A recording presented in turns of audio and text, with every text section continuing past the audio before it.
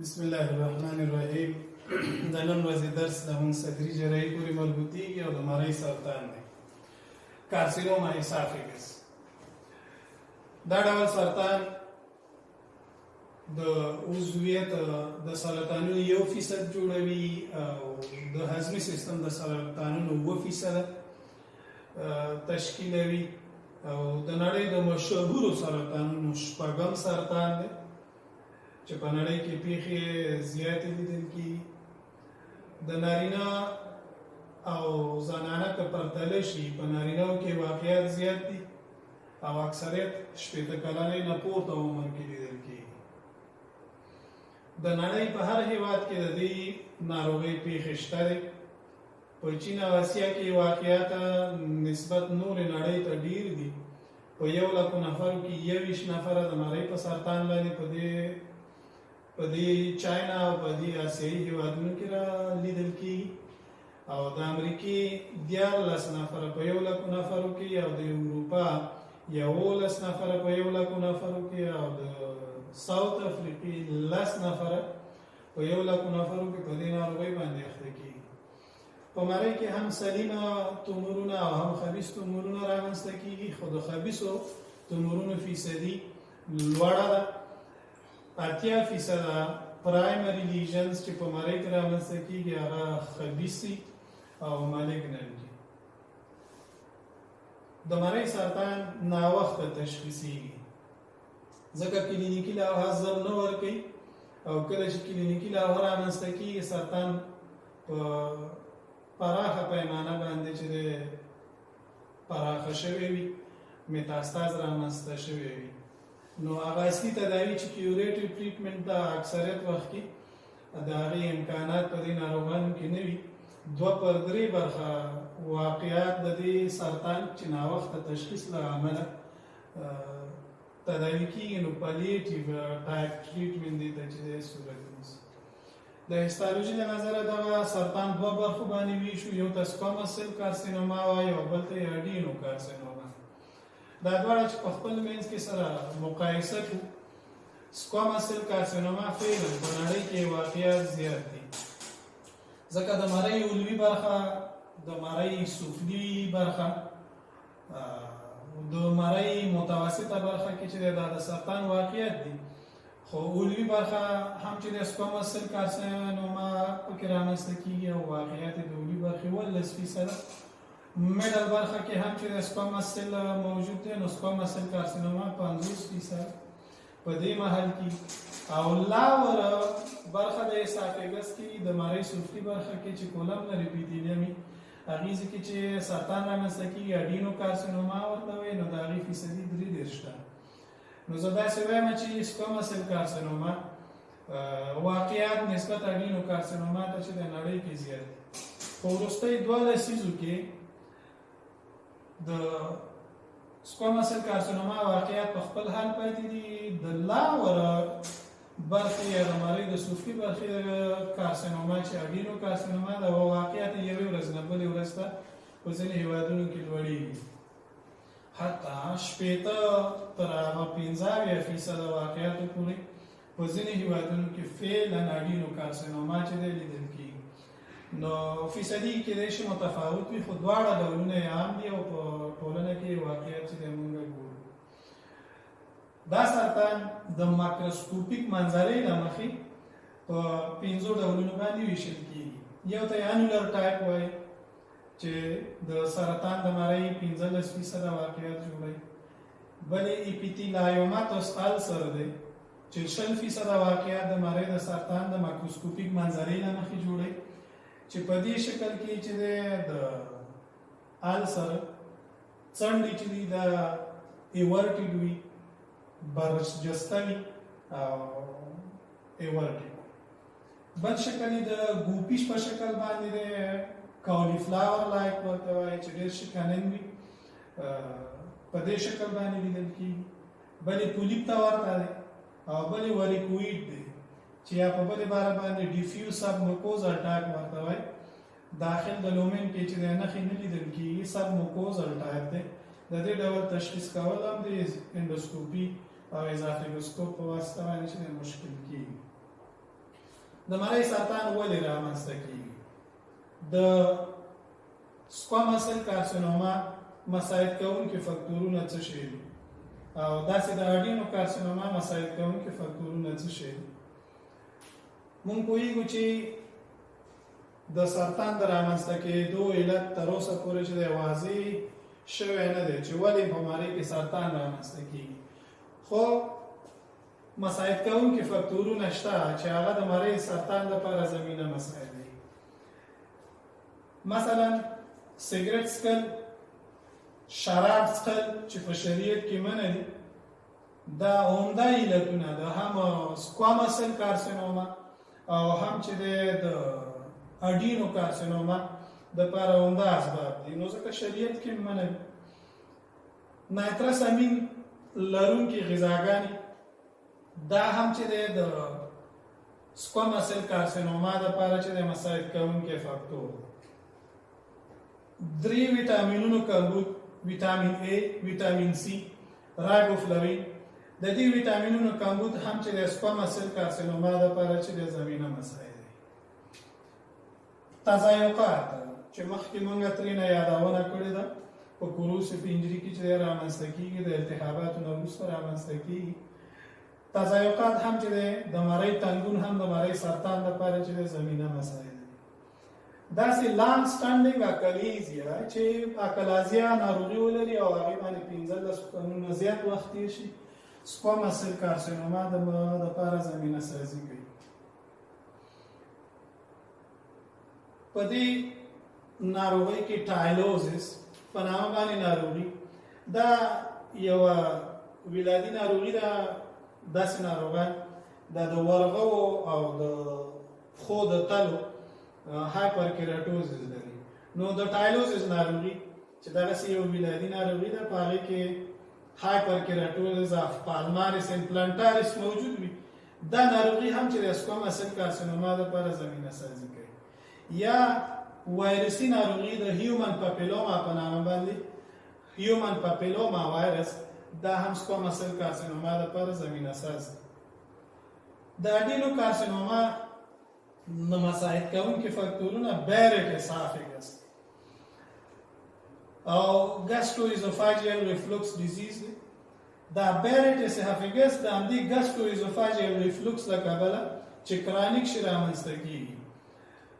مونږ داسې ویلي وو، بیریټ اسافیګس هم داسې تعریف کړی و چې د سکوامس سیل تبدیلیدله په کولمنر سیل باندې د بیریټ اسافیګس په نام باندې یادېږي، او چې کله دا دوامداره شي یو اختلاطي اډینو کارسینوما ده. د مرۍ سرطان دپاره چاغي هم زمینه مساعد دي، یعنې دا ناروغي په چاغو خلکو کې ډېر وي. بل اډینو کارسینوما په هغه چا کې رامنځته کېږي چې د غوړو نه ډېره استفاده کوي او ډېر غوړ استعمالوي. د ډېرو غوړو خوراک هم د مرۍ د سرطان لپاره مساعد کوونکی فکتور دی. همدارنګه مخکې مې ورته اشاره وکړه چې هغه څه چې په شریعت کې منع دي لکه شراب، الکول او سیګرټ، نشهیي توکي استعمال که څوک یې کوي، د مرۍ دواړه قسمه سرطانونو لپاره چې د زمینه مساعد دی. یا په بل عبارت اډینو کارسینوما هم چانس په دې ناروغانو کې ډېر دی او د سکوامس سیل کارسینوما واقعیاتو چانس هم په دې ناروغانو کې ډېر دی. سرطان د 3 لارو څخه د عضویت نورو برخو ته انتشار کوي. یو مستقیم انتشار دی چې ډایرکټ سپریډ ورته په انګریزي کې وایي. په دې انتشار کې د مرۍ نه چې کله سرطان را بهر کېږي، خپل ګاونډیان چې دی متضرر کوي او هغه په ناروغۍ باندې اخته کوي. مثلا لیفت برانکس او تراخیا دا د ډایرکټ سپریډ له لارې نه چې دی اخته کولی شي. لیفت ریکرنٹ لارنجیل نرو هم چې د مجاورت د لارې نه او د مستقیم انتشار د لارې نه چې د اخته کولی شي. اورتا هم چې د مجاورت د لارې نه او د دې ډایرکټ سپریډ په واسطه اخته کېږي. داسې پیلاورا میډیاسټینوم دا هم چې د ډایرکټ سپریډ د لارې نه چې د اخته کېږي. مونږ پوهېږو چې لارنجیل نرو کله چې په ناروغۍ باندې اخته شي، ناروغ غږ چې دی ختم کېږي، هارسنس چې ورته وایي. که خدای مکه اورټا په دې ناروغۍ باندې اخته شي او د هغې د ایروژن سبب شي او ایروډډ شي نو مرګ حتمي دی. اني مرګ سبب ګرځي د یو فټل واقعه ده، وژونکې واقعه ده د اورټا اخته کېدل په دې مرۍ په سرطان کې. د وینې د لارې هم چې دی دا ناروغي د عضویت نورو برخو ته انتشار کوي، لکه سږو ته، ځیګر ته، هډوکو ته او دماغ ته. د دوی انتشار چې دی د وینې د لارې نه صورت نیسي. د لیمفاوي چینل د لارې نه لیمفاټیک سپلیډ هم موجود دی. په دې کې پارا ایزوفاجیل برخې ته د لیمف د لارې نه، د ټراخیوزوفاجیل برخې ته د لیمف د لارې نه، داسې سوپرا کلیویکولر یا فوق ترقوي ساحې ته د دې انتشار، داسې د ډیافراګم نه لاندې برخې ته د سفلي مرۍ چې کله اخته وي په سرطان باندې د یا زما هدف دا دی د سب ډیافراګماتیک نه چې د سرکرویچل او سیلیک برخې ته د لیمف د لارې نه هم چې دا سرطان انتشار کولی شي. د دې سرطان کلینیکي لوحه، د سرطان عمده کلینیکي لوحه هغه ډسفاجیا ده یا د بلې ستونزه ده، ناروغ بله کې ستونزې لري. دا کلینیکي لوحه د دې سرطان زر نه رامنځته کېږي. حتی کتابونه لیکي چې 18 میاشتې وروسته چې د ډسفاجیا کلینیکي لوحه په دې سرطان کې رامنځته کېږي. یعنی که یو ناروغ د بلې ستونزه ولري چې جامد مواد او مایعات چې تیر نشي کړی او بیا تشخیص شي چې دا د سرطان له وجې ده، نو سرطان کېدای شي 18 میاشتې مخکې په دې ناروغ کې چې دی شروع کړي. نو ډسفاجیا یو عمده عرض دی او د همدې وجې نه ناروغ بیا شفاخانې ته او یا د ډاکټر کلینیک ته مراجعه کوي، خو ډېر ناوخته وي. او کله چې ناروغ کې ډسفاجیا رامنځته شوي وي نو هغه جراحي درملنې د کور نه وتلې وي، ناوخته وي، یوازې پلیټیو ټریټمنټ ورته پلان کېږي او د دغه نه وتلي. یا په بلې باره ډسفاجیا هغه وخت رامنځته کېږي چې د مرۍ داخلي لومن 2/3 برخې د تومور په واسطه باندې نیول شوی او مرۍ بنده کړي، یوازې یوه برخه 2 برخې چې د تومور په واسطه اشغال شوي، ناروغ بیا د ډسفاجیا نه ګیله کوي. دا داسې وخت دی چې مرۍ د ټول جدار نه بهر، جدار یې هم چې د ټول مرۍ په دې ناروغۍ اخته شوي او د جدار نه بهر هم چې د میتاستاز تللی ګاونډیان. دویمه کلینیکي لوحه هغه د قصد هډوکي یا د سټرنم شاته ناراحتۍ احساس دی. دا ناروغ کله چې د سیلیک لیمفاوي عقدات چې په ناروغۍ باندې اخته شي د ملا د درد نه شکایت کوي. داسې ناروغان د ګیډې د درد نه هم شکایت وي چې کله سب ډیافراګماتیک لیمفاوي عقدات او ځیګر او نورې بطني اعشاوې اخته کړي نو د ګیډې درد نه شکایت کوي. او که چېرته د مرۍ څخه د میډیاسټینوم طرف ته چې دا غځېدلی نو بیا ریټروسټرنل پین نه هم ناروغ شکایت کوي. نو دویمه کلینیکي لوحه یې د صدر د قصد هډوکي شاته ناراحتي او دردونه دي. دریمه کلینیکي لوحه یې ریګارجیټیشن دی. د خوړل شوو غذایي موادو بیرته بازګشت دی. په دې ریګارجیټیشن موادو کې اکثریت وخت کې چې د پریمانه وینه نه لیدل کېږي، یا په بل عبارت باندې د مرۍ سرطان ناروغانو کې 9 میلیونه 9 هیماتیمیزس کېدای شي یو کم اندازه باندې په دې غذایي موادو کې د یو خط په شکل باندې چې د وینه ولیدل شي چې موږ ورته بلډ سټریکس وایو. نو وینه په دا ناروغان نه استفراغ کوي او کېدای شي داسې یو څو خطه په شکل باندې چې په دې استفراغ شوي موادو کې وینه ولیدل شي. بله کلینیکي لوحه د دې ناروغانو کاچکسیا ده یا ډېر زیات ډنګر کېدل دي، خپل وزن له لاسه ورکوي، بې اشتیا کېږي او کاچکسیا ورته رامنځته کېږي. که دا ناروغي پیشرفت کړی وي او لیمفاوي عقدات د چپ طرف لیمفاوي عقدات د غاړه کې چې دغه شي متبارز شي نو هایپرټروفای چې دې ته ټراوزیر ساین وایي، نو دا هم کلینیکي لوحه ده او یو پیشرفته شکل باندې دلالت کوي. که ځیګر ته میتاستاز تللی وي په هغې صورت کې ناروغ ګېډه کې د اوبو نه چې د شکایت کوي او ګډه کې اوبه جمع کړي د پیرتوان په جوف کې د مایع تجاوب دې ته اسایټس وایي نو ناروغ کې د اسایټس کلینیکل دا راځي داسې ډایرکټ سټریټ کې کېدای شي برانکو ایزوفاجیل فیسټولا رامنځته شي چې کله برانکس چې په دې جنجال باندې ککړ شي او ناروغي هغې ته میتاسس کېدای شي د دوی په منځ کې فیسټول رامنځته شي او کله چې فیسټولا رامنځته شي بیا نو ناروغ کې اسپایریشن نمونیا ټوخی دا هم رامنځته کېږي که چېرته د حجابي عاجز اسافرینیک نرو دا معروف کړي نو ناروغ کې به هټکۍ یا هیکپ وي که چېرته لیفت ریکرنٹ لارنجیل نرف مساج کی نو ناروغ کې به هارسنس راشي داسې د وکل کارډ د معاف کېدو له کبله کېدای شي ناروغ سټرایډور ولري دا ناروغان چې کله همدغه ناحیه په آفت باندې اخته شي د ساه د تنګېدو او د ساه د بندېدو نه شکایت کوي چې موږ ورته چوکینګ وایي لکه څوک چې په مرۍ کې کلک شي او خفق شي داسې د خفق کېدو نه چې شکایت کوي دا د مرۍ د سرطان کلینیکي لحاظ چې په لنډ ډول ډسفاجیا شو ریټروسټرنل ډسکمفورټ اینڈ پین دی ریګارجیټیشن دی کاچکسیا نبراکسیا ویټ لاس ډراوزي اور ساینسایټس برانکوایزوفاجیل فیسټولا هیکپ هارسنس سټرایډور چوکینګ اسپایریشن نمونیا او کف د دې سرطان سټیجینګ د ټي ان ام سټیجینګ مونږ کویګو ټي ټومور سوای ام چې د نوډز دی ام چې د میتاستاز دی دا زموږ لپاره ډېر اهمیت لري دغه یې تشریح کوم سټیجینګ یې تشریح کوم ځکه د عمدې له مخې مونږ دوه ګټې کوو هم د ناروغ د تداوی ډول تعینو د دې سټیجینګ له مخې او هم چې د انظار تعینو نو مهم دی د دې زده کړه او ډېره اسانه ده ان نوډز ډېر اسانه زده کېږي ام صفر دا معنی چې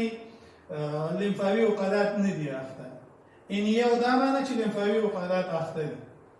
میتاستاز لیمفاوي عقداتو ته تللی دی ام صفر دا معنی چې لرې ځای ته میتاستاز نشته ام یو دا معنی چې لرې ځای ته میتاستاز شته دی دا مثال دا معنی چې دغه میتاستاز هډوکو ته تللی ام یو دا معنی چې دغه میتاستاز ځیګر ته تللی ام یو دا معنی چې دا میتاستاز چې د سږو ته تللی ام یو دا معنی چې دا دماغ ته چې دا میتاستاز تللی نو دا خبره خو ډېره اسانه شوه نه دی تللی لیمفاوي عقده نه ده اخته دا خو یې اسانه شو د ټکي زده کول اسانه دي دومره سخت نه دی د مرۍ اناتومي ته که سړی وګوري یو ته یې ټي یو وایو بل ته یې ټي دوه وایو او بل یې ټي درې او بل یې ټي څلور ټي یو دوه برخو باندې ویشو یو ټي یو ای دی او بل ټي یو بي دی ټي یو ای دا معنی چې لامینا پراپریا زمونږ اخته وي یا مسکولارس موکوزا زمونږ اخته وي ټي یو بي دا معنی چې سب موکوزا پورې اخته وي یعنی د مرۍ عضلاتي برخې پورې لا سرطان چې دی ژور شوی نه وي که چېرته د عضلاتي برخې لومړنۍ برخه لومړنۍ نږدې برخه دا په ناروغۍ باندې اخته شي یا په بل عبارت مسکولارس پراپریا په ناروغۍ باندې اخته شي دې ته ټي دوه وایي که چېرته ټول جدار د عضلاتو چې دربر ونیسي دې ته ټي درې وایي یا د اډوانټیش یا توقع پورې چې دی پر مخ ولاړ شي او کله چې د مرۍ د ټولو طبقاتو څخه عبور وکړي او ګاونډ ته چې دی میتاستاز لاړ شي او ګاونډ سره اشغال کا نو دې ته ټي څلور دغې نه موږ ډېره استفاده کوو چې وروسته یې تشریح کوم چې هم انظار دې پورې مربوطېږي او هم یې چې دی د تداوی او منیجمنټ پلان د همدغې ټي پورې چې دی مربوطېږي او لیمف نوډونو پورې مربوطېږي هغه چې دی وروسته تشریح دا ناروغي څنګه تشخیصوو د دې ناروغۍ د تشخیص لپاره لومړنۍ معاینه چې هغې نه ډېره استفاده کېږي د تشخیص لپاره هغه انډوسکوپي ده انډوسکوپي باید ټولو هغه ناروغانو ته ترسره شي چې د بلې ستونزه ولري د مرۍ کې د بندش احساس ولري نو دا معاینه ځکه ضرور ده چې د بندش علت چې دی پیدا شي چې خدای مکړه سرطان خو به نه وي نو انډوسکوپي باید ټولو هغه ناروغانو ته توصیه شي چې په مرۍ کې د بندش علت ولري تر څو تشخیص چې دی واضح شي او سرطان چې دی رد شي یا سلیم تومور او تضاعف چې دی رد شي او ناروغ ته چې دی تشخیص په موږ ورکړل شي. اندوسکوپي لمن سره په دې ډول باندې ډېره مرسته کوي چې کچې خدای مکه سرطان موجود وي د سرطان حدود راته ښیي چې څو سانتي متره مری چې سرطان نیولې ده په اپر کې د میډ کې د لاو کې یعنی موقعیت هم راته ښودلی شي. ماکروسکوپیک منظره هم چې موږ ته راښودلی شي چې دلته موږ مخکې ماکروسکوپیک منظرې د دې تشریح کې چې انولر ټایپ او السریټیو ټایپ او کاولی فلاور لایک او پولیپوئید او وریکوئید نو موږ ته دا هم چې راښودلی شي. بل د ایزوفاګوسکوپي یا اندوسکوپي نه بله ګټه چې موږ اخلو هغه بایوپسي ده چې یو ځای باندې مو شک راغی تومور باندې چې دا شک راغی چې دا به سلیم وي خبیث وي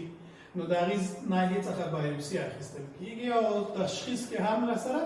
مرسته کوي. نو اندوسکوپي ډېره ښه معنا ده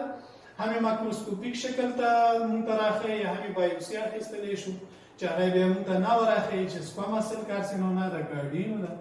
موقعیت هم راته ښیي چې اپر ده میډ ده لاور ده چې د هر یو تداوي چې د جدا جدا ده. بل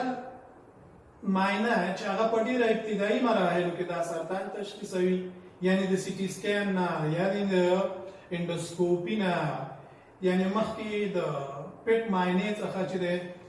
یا اندوسونوګرافي نه مخکې موږ ته سرطان تشخیصولی شي هغه ایکسفولیټیو سایټالوژي ده چې د دې میتود نه چینایان ډېر استفاده کوي. په دې میتود کې چې مری چې دی لواش کېږي او دغه لواش شوې مایع کې بیا سرطاني حجرې چې دی پلټل کېږي نو دا په هغه ډېره ابتدایي مرحله کې موږ سره سرطان تشخیصوي چې موږ ته ایکسفولیټیو سایټالوژي وایو یا په بل عبارت باندې حجرات شناسي په لواش د مری په لواش شوې مایع کې او چینایان ترې ډېره استفاده کوي ځکه واقعیت هم ډېر دي نو په چین کې واقعیت زیات دي نو هغوی چې په ابتدایي مرحله کې تشخیص د دې معاینې په واسطه باندې کوي. چست ایکسرې موږ کولی شو چې ناروغ ته چې دی وکړو موږ مخکې په کلینیکي لوحه کې اسپایریشن نمونیا وویل کېدای شي د اسپایریشن نمونیا نښه ولیدل شي خو د مری سرطان چې دی د دې له مخې نشي تشخیصېدی. باریوم هم له موږ سره چې دی مرسته کوي د تومور موقعیت او د تومور حدود راته ښیي خو ولې چې دا سلیم تومور دی که خبیث دا د دې ترمنځ فرق نشي کولی. سی ټي سکین ښه معاینه ده 95% موثریت لري او کولی شو چې ناروغ ته چې دی توصیه وکړو. الټراساوند البته بطني الټراساوند د ځیګر ته د میتاستاز او اسایټس د رامنځته کېدو په صورت کې د هغه موږ ته تشخیصولی شي. اندوسونوګرافي چې نن سبا ترېنه ډېره استفاده کېږي د الټراساوند هغه ډوله ده چې د ایزوفاګوسکوپ سره یوځای کېږي او بیا ناروغ ته ترسره کېږي. دې په واسطه موږ سټیجینګ کوو چې دلته مې دا مخکې 4 توموري سټیجینګونه دا مې چې تشریح کړه دا د اندوسونوګرافي په مرسته هم کولی شو دا البته د سی ټي سکین په مرسته هم کېږي. ځینې وخت کې لپراسکوپي ته ضرورت پیښیږي او هغه هم د بطني میتاستاز د معلومولو لپاره نه د مری د میتاستاز د مری د سرطان د تشخیص لپاره آیا ګېډه کې چې سرطان میتاستاز ورکړی که نه د هغې لپاره تشخیصېږي. څرنګه چې دا ناروغان کچکسیک وي انیمیک وي د وینې تغییرات په دې ناروغانو کې زیات وي یعنی کم خونه کېږي داسې د ځیګر وظایف پکې خرابېږي داسې د شکر معاینات حصار دغه ټول معاینات چې د روټین لب انویسټیګیشن کې راځي د ناروغانو ته باید دا هم چې ترسره شي. بلې چې د پټه معاینه ده چې د میتاستازیس د معلومولو لپاره چې ترسره کېږي نو دا هغه معاینات دي چې په دې ناروغۍ کې موږ ناروغ ته توصیه کوو. اندوسکوپي ایکسفولیټیو سایټالوژي چست ایکسرې باریم سی ټي سکین الټراساوند اندوسونوګرافي لپراسکوپي روټین لیب انویسټیګیشن او پټ په نامه باندې معاینه. ما مخکې اشاره وکړه چې دغه سټیجینګ موږ ته هم د تداوی پلان په لاس راکوي او هم یې انظار راته تعیینوي. مثلا هغه ناروغان چې هغه T1A چې مخکې موږ داسې تعریف کړی و چې یوازې لامینه پراپیا یا ماسکولارس موکوزا یې اخته شوي او لیمف نودونه پکې اخته نه وي داسې ناروغانو د ژوندي پاتې کېدو چانس چې 15 کاله باید چې دا د دې سرطان د تشخیص نه وروسته ژوندی پاتې شي 80% دی. د انظارو له نظره 80% دوی ژوندي پاتې کېږي چې په دې سټیج کې وی او تداوي شي او تداوي هم ګوره ایزوفاګیکټومي ده د ناروغ او معوفې برخې لرې کول. دویم ټي یو بي مرحله کې کچې ته سرطان وي او لیمفاوي عقدات یې نه وي اخته کړي او یا چې د ټي 2 وي او لیمفاوي عقدات نه وي اخته، نو دلته مونږ لیکلي دي چې ټي یو بي دا معنی چې سب موکوزا اخته وي او ټي 2 دا معنی چې مسکولار اسپراتري اخته وي. د دوی د تداوی پلان څه شی دی؟ معوفه برخه هم لري کیږي، لیمفاډینیکټومي هم کیږي، احتیاطاً لیمفاډینیکټومي هم کو او 50% د 15 کلن ژوند چانس په دې ناروغانو کې موجود دی. که چېرته ناروغي ټي 3 شوې وي یا په بل عبارت باندې د مرۍ ټول طبقات چې دی اخته کړي وي، نو علاوه د معوفي برخې د لرې کولو نه، د لیمفاوي عقداتو د لرې کولو نه، دلته شعاعي او شیموتراپي دې ته هم چې دی اړتیا پیدا کېږي. په لومړنیو حالاتو کې چې د شیموتراپي او راډیشن ته ضرورت نشته، زمونږ ریزیکشن چې دی تام وي، مایکروسکوپیک انوالو او پاتې برخه مونږ نه پاتې کېږي، نو لهذا نه شیموتراپي او نه راډیشن تراپي ته ضرورت دی. کله چې دې مرحلې ته رسېږو نو مونږ مایکروسکوپیک کلیرنس نشو کولی، مونږ نه مایکروسکوپیکلی دغه پاتې کېږي، سرطان بقایا پاتې کېږي، نو ځکه د باقیاتو د منځه وړلو لپاره چې مایکروسکوپیکلی مونږ نه پاتې دی، راډیوتراپي او شیموتراپي ته هم ضرورت پیدا کېږي. او داسې ناروغان د 15 کاله د ژوندي پاتې کېدو چانس یې 0% دی. څلورم ډول چې سرطان پیشرفت کړی وي، پرمختللی شکل دی، لرې ځي ته او ګاونډ ته یې میتاستاز تللی وي، دلته جراحي تداوي نشته. دلته جراحي تداوي نشته، یوازې پلیټیو یا عرضي تداوي ده او د ژوندي پاتې کېدو چانس چې دی 0% دی. موږ مخکې اشاره وکړه چې اکثریت وخت کې ناروغان چې موږ ته مراجعه کوي په همدې مرحلې ته رسېدلي وي، یعنی پیشرفته شکل وي چې بیا تشخیص شي، متاسفانه بیا د ژوندي پاتې کېدو چانس زموږ سره چې دی فوق العاده چې دی کم دی. که چېرته سرطان دماغ ته، هډوکو ته، سږي او یا ځیګر ته چا میتاستاز ورکړی وي، یعنی ډسټنټ میتاستاز راغلی وي، د دوی د ژوندي پاتې کېدو 15 کلنه چانس چې دی 3% ته راټیټېږي. نو ما داسې وویلې چې سټیجنګ مونږ سره هم د تداوی پلان مونږ ته چې دی وضع کوي او هم چې دی پلیټیو ټریټمنټ او کومې یوې کیوریټیو ټریټمنټ ته ضرورت لري هغه هم راته ښایي. نو دغه تداوی چې مونږ تشریح کوو په دوه برخو باندې ویشو. یو ته کیوریټیو ټریټمنټ وایي چې هغه ابتدایي مرحله ده او په 25% واقعیاتو کې دغه ناروغي په ابتدایي مرحله کې چې تشخیصیږي نو هغې ته کیوریټیو ټریټمنټ وایي. کیوریټیو ټریټمنټ کې جراحي تداوي شامله ده، راډیشن دی او شیموتراپي ده. چې دا د جراحي درملنې له کوره څخه وتلی وي، د دې معنا دا ده چې هغو ناروغانو ته موږ پلیټیو ټریټمنټ کوو، هغو کې جراحي درملنه بیا شامله نه ده. په هغې کې هغه ناروغان د جراحي درملنې نه وتلي دي یا جراحي درملنه ورته استطباب نه لري چې د جراحي درملنې ته د تحمل توان ونه لري. مثلا قلبي عدم کفایه ولري، تنفسي عدم کفایه ولري چې جراحي نشي تحمل کولی، یا لرې برخې ته میتاستاز موجود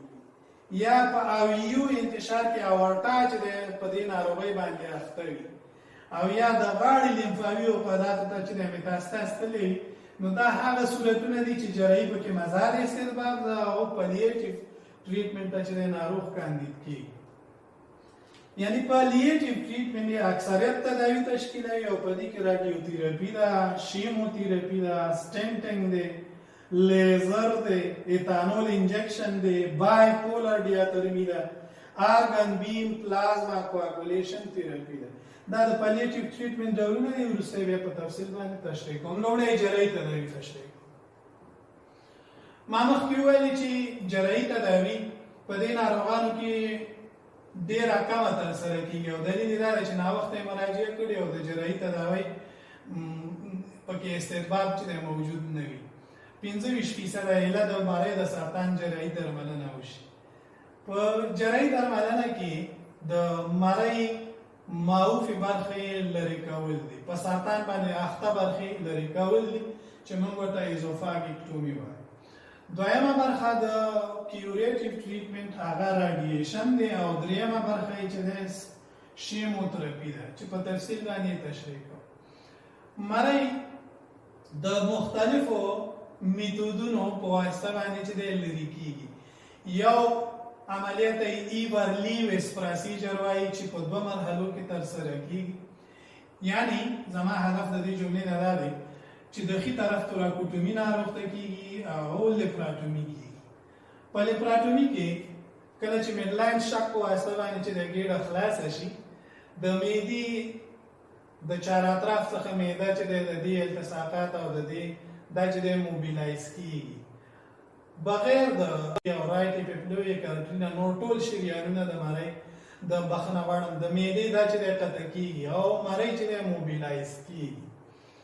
تر څو وروسته بیا چې د صدر ته چې د کش او د پاتالوژي کې مړی د لرې کولو لپاره د ښي طرف څخه چې د مداخله کوو رایټ توراکوټومي کوو چې زیاتره وخت کې د 5 بین الزلوي مسافې څخه او که چېرته هدف چې د سفلي برخه وي نو بیا په هغې صورت کې د 9 بین الزلوي مسافې څخه چې د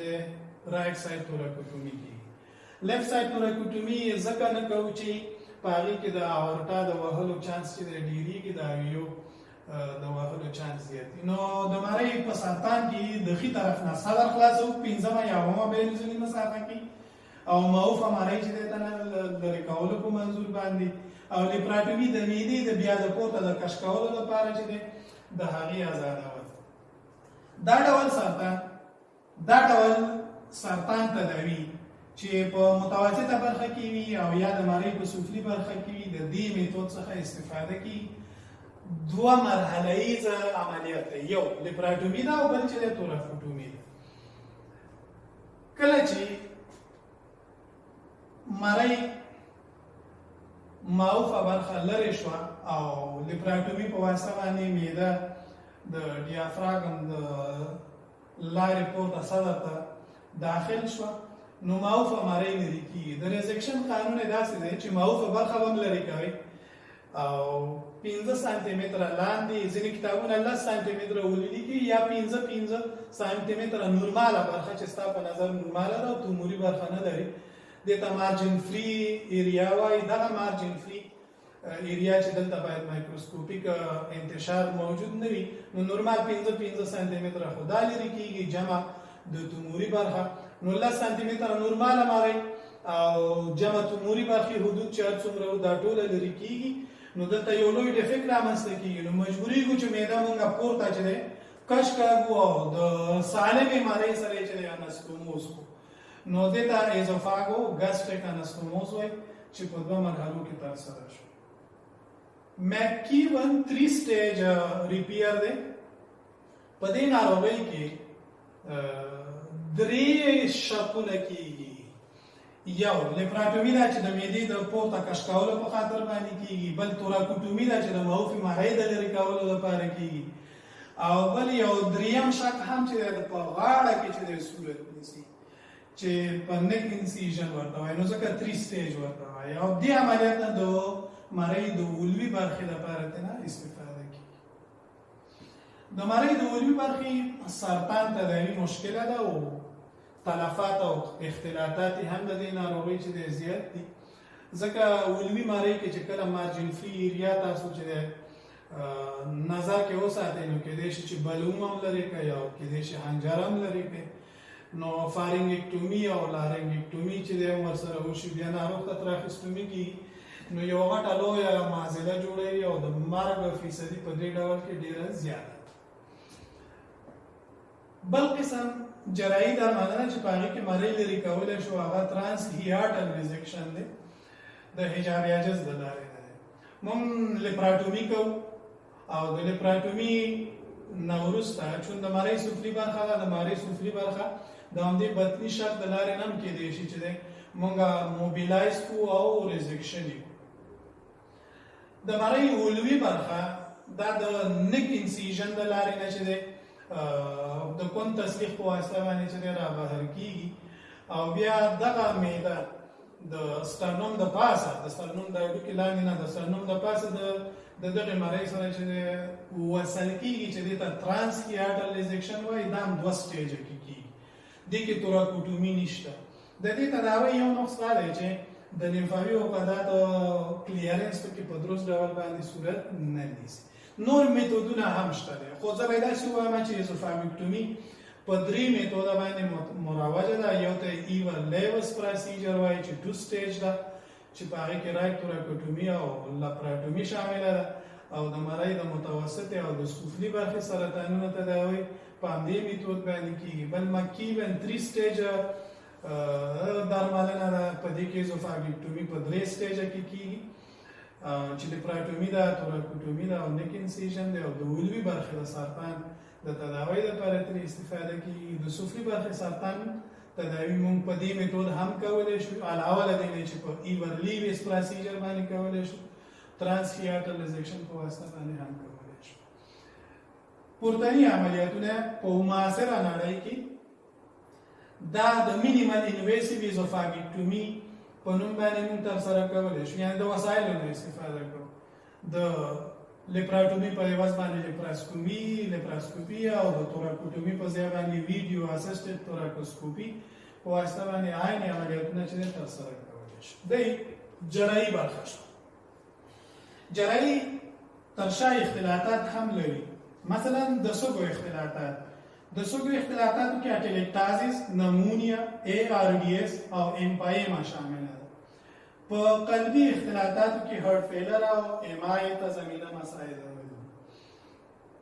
جراحي درملنه کې کېدای شي انستوماتیک ایریا لیکاژ رامنځته شي چې دا وژونکی اختلاط دی د میډیاستینایټس سره ګرځي د بې احتیاطۍ په صورت کې کېدای شي اورټا ریکارنټ لارنجیل نرو دا هم له موږ نه متضرر شي داسې که تعقیم شرایط مراعات نشي نو د زخم انتانات وون کمپلیکیشن هم چې رامنځته کېدای شي بل ډیافراګماتیک هرنیا چې تاسو معده پورته راکاږئ او یا چې د کله نه رسیږي کولون یا جیجینوم بار راکاږئ نو کېدای شي د هرنیا ډیافراګماتیک هرنیا سبب شي د کیوریټیو ټریټمنټ بله برخه چې د راډیېشن دی شعاعي تداوی ده شعاعي تداوی کې یوه ستونزه دا ده چې د لاور برخې چې اډینو کارسینوما ده دا راډیو ریزسټنټ ده لهذا تداوی دلته چې د ګټه نه کوي د دې ډیس اډوانټیج دا کېدای شي که چېرته دې ناروغ ته چې لاور اډینو کارسینوما لري او تاسو ورته راډیېشن تھراپي وکړئ یو خو ځیګر چې دی تاسو چې دی د شعاع نه نشئ بچ کولی د ځیګر د معافیت او د ځیګر د دندو د خرابېدو سبب ګرځي او د بل اړخ نه چې دی ځواب هم نه وایي نو لهذا معقول کار نه دی چې لاور ایزوفاجیل سی یا اډینو کارسینوما ته چې دی شعاعي تداوي سره شامله کړي د دې شو درملنې نه یوازې د اپر او میډل چې سکوامس سیل کارسینوما ده او هغه راډیو سنسیټیو ده نو د هغې دپاره ترېنه ګټه باید واخیستل شي په همدې اپر او میډل ټایپ کې که چېرته فیستولا راغلی وي او یا یې سایز یې 9 سانتي متره څخه د تومور غټ شوی وي نو راډیېشن تھراپي په هغو کې هم چې دی مزار یې استعمال بله په شیموتراپي کې دوه درمل معروف دي او پیژندل شوي دي چې دې کې ترنه استفاده کېږي یو سیسپلاټین دی او بل 5 فلوریوراسل دی د دې شیموتراپیک ایجنټونو یا د سرطان ضد درملونو په دې ناروغۍ کې استفاده کېږي لهذا کیوریټیو ټریټمنټ یې درې برخو ته شامل سرجري وه راډیېشن تھراپي وه شیموتراپي وه چې په تفصیل باندې مې د هغې نه یاداوري وکړه اکثریت پېښې چې تقریبا 15% پېښې کېږي نو جراحي درملنه ورته صورت نه نیسي دغه راډیېشن او دغه شیموتراپي نه پکې استفاده کېږي او څه نورې لارې د حل دي چې د دې ناروغ سره چې موږ کوو مثلا زه به داسې ووایم پالیټیو ټریټمنټ د اعراضو د کمېدو دپاره ترسره کېږي نو همدا اعراض ډسفاجیا د ناروغ چې نه څښاک کولی شي او نه خوراک نو د څښاک او د خوراک دپاره به ورته زمینه مسایل دی او د ناروغي د پیشرفت د مخنیوي لپاره به مجبور راډیشن او شیموتراپي وکړي. هغه میتاستاز چې تللی د هغې د نشونما د سرعت د کمېدو لپاره به د راډیشن او شیموتراپي نه استفاده کوي. دې ناروغانو ته موږ وویل چې جراحي تداوي اوس شامله نه ده. پخوا چې دی داسې کوچنۍ شارټ سرکټ سرجریګانې په تداوي کې شاملې وي، خو اوسني عصر کې نه ترسره کېږي. او هغه یې هم د همدغه غذایي رژیم د تطبیق په خاطر ترېنه استفاده کول او د هغې لپاره ترسره کېږي. اوس د غذایي رژیم د خوړلو او د سهولت د ایجادولو او ډسفاجیا د منځه وړلو لپاره نوې طریقې راوتلي دي چې یو ته سټنټینګ یا انټوبیشن وایي. د تومور له مین څخه د مخصوصو ټیوبونو تېرول دې ته انټوبیشن وایي. او دا چې دی په طبابت کې اوس ډېر مروج دي. د ساوټر ټیوب په نامه باندې، سیلسټین ټیوب، اټکنسن ټیوب، پراکټر لیوینګسټون په نامه باندې ټیوب او ایکسپانډیبل سټنټس. اوس د دغې سټنټونو نه ډېره استفاده کېږي. دا 2 یا 3 ملي متره قطر ظرفیت لري چې کله تړل شوي وي او تړلی شکل د انډوسکوپ په مرسته باندې چې د تومور له مین څخه معدې ته تېرېږي او د هغې نه وروسته ایکسپانډیبل دی چې څومره د زړه غواړي د خپل زړه مطابق چې دی هغه پراخه کولی شي. نو چې څومره چې ستا زړه غوښتل مرۍ په هماغې اندازه باندې ته پراخه کوې، نو د ناروغ ته د څښاک او د دغه خوراک زمینه مساعدېږي. نو لهذا اوس ګسټروسټومي او جیجینوسټومي او دې شیانو ته چې د ضرورت نه پیدا کېږي. داسې کولی شو چې دغه ډسفاجیا د انډوسکوپیک لیزر تیراپي په واسطه باندې تومور ته لیزر ورکړو او د هغې د نیکروز له کبله چې هغه ځای شټ شي، پراخه کېږي او ډسفاجیا چې دی کمېږي. داسې کولی شو چې د انډوسکوپ په مرسته په همدې ځای کې چې دی الکول پیچکاري کړو، ایتانول، او د هغې په مرسته باندې دغه نیکروز رامنځته شي او هغه ساحه چې دی پراخه شي او غذایي مواد او څښاک ته چې دی زمینه مساعده شي. یا کولی شو چې د بایپولر ډیاترمي نه استفاده وکړو، دغه توموري برخه چې دی وسوځو او هغه ساحه پراخه شو تر څو د بلې مشکل د منځه لاړ شي. او یا دا چې آرګن بیم پلازما کوآګولیشن په واسطه باندې چې دی موږ دغه تومور